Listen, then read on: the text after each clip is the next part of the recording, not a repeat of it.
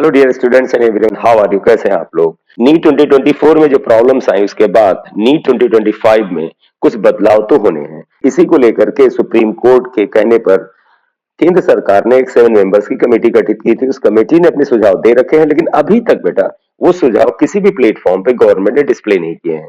Government ने अभी न इस पे कोई गवर्नमेंट ऑर्डर दिया है, ना नोटिफिकेशन दिया है कि वो किन किन सुधारों को इस साल ही लगाने जा रही है और कौन कौन से ऐसे पॉइंट है जो हो सकता है फ्यूचर में लगे। लेकिन आज 2 जनवरी 2025 को इसी मैटर पर सुप्रीम कोर्ट में और सुनवाई हुई। बेटा इससे ही रिलेटेड ये सारी न्यूज है, ये आपके सामने रख रहा हूँ, जरा न्यूज को आप ध्यान से देख ले।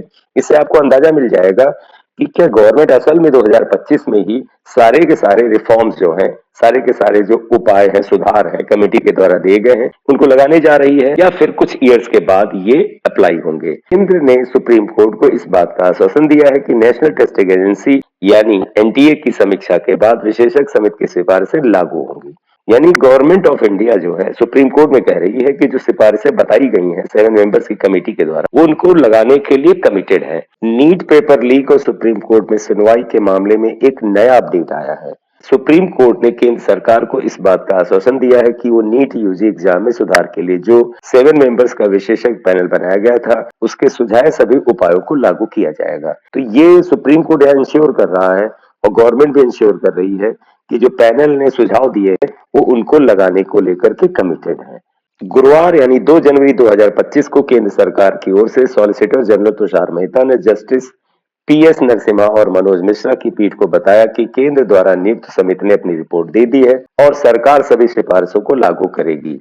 नीट मामले को लेकर पैनल बीते साल एनटीए की ओर से आयोजित नीट यूजी परीक्षा की समीक्षा के बाद बना था। ये आपको पता है बेटा कि 2024 में जुलाई से अगस्त के बीच में जो सुनवाई हुई सुप्रीम कोर्ट में, उसमें 7 मेंबर्स का एक पैनल बनाया गया था। इस पैनल के जो हेड है वो इसरो के प्रमुख श्री राधाकृष्णन जी हैं। इसके अलावा ये कई और इम्पोर्टेंट एक्सपर्ट्स इस पैनल में शामिल थे। इस पैनल ने जो सिफारिशें की थी उसमें मुख्य बातें थी कि हो सके तो परीक्षा को सीबीटी यानी कंप्यूटर बेस्ड मोड में कराया जाए, और अगर पूरी तरह से कंप्यूटर बेस्ड ना हो सके तो हाइब्रिड मोड में कराया जाए। इन सिफारिशों में कुछ इंपॉर्टेंट सिफारिशें ये भी थी कि अगर हो सके तो ज्यादातर एग्जाम गवर्नमेंट जो है ऑनलाइन मोड में करवाए, क्योंकि अगर ये ऑनलाइन मोड में एग्जाम होते हैं तो कम से कम हाथों से पेपर गुजरता है और उसके लीक होने के चांस बहुत कम होते हैं। अभी तक जो फिल्टर होकर के डिफरेंट प्लेटफॉर्म से न्यूज आ रही है तो उससे लगता है कि 2025 में नीट में ऑनलाइन का कुछ ना कुछ पुट होगा। यानी हो सकता है पूरा का पूरा पेपर ऑनलाइन मोड में हो,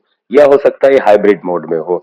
ज्यादा चांस मुझे जो लगता है वो ये लगता है कि जेईई मेंस की तरह ये पेपर को कई राउंड में करवाएं। आपको पता है कि जेईई मेंस का जो पेपर है वो पिछले बार यानी 2024 में 10 डिफरेंट सेशन में हुआ था और इन सेशन में परसेंटाइल के आधार पर बच्चों को रैंक दी गई थी। तो बहुत कुछ चांस है कि नीट 2025 का एग्जाम भी जो है वो जेईई मेंस की तरह कई राउंड में हो।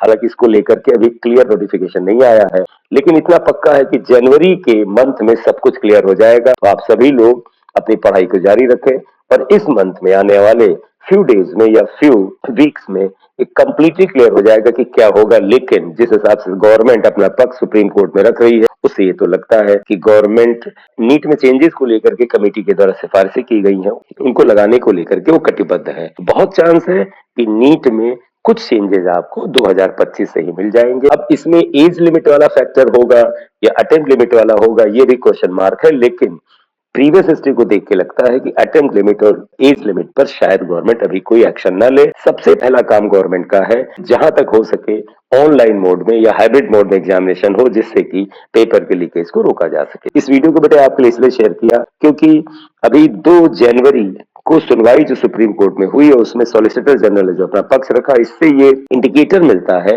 कि कमेटी के सुझाव जो है 2025 में काफी मात्रा में लग जाएंगे। Thank you very much for watching video. Thank you very much.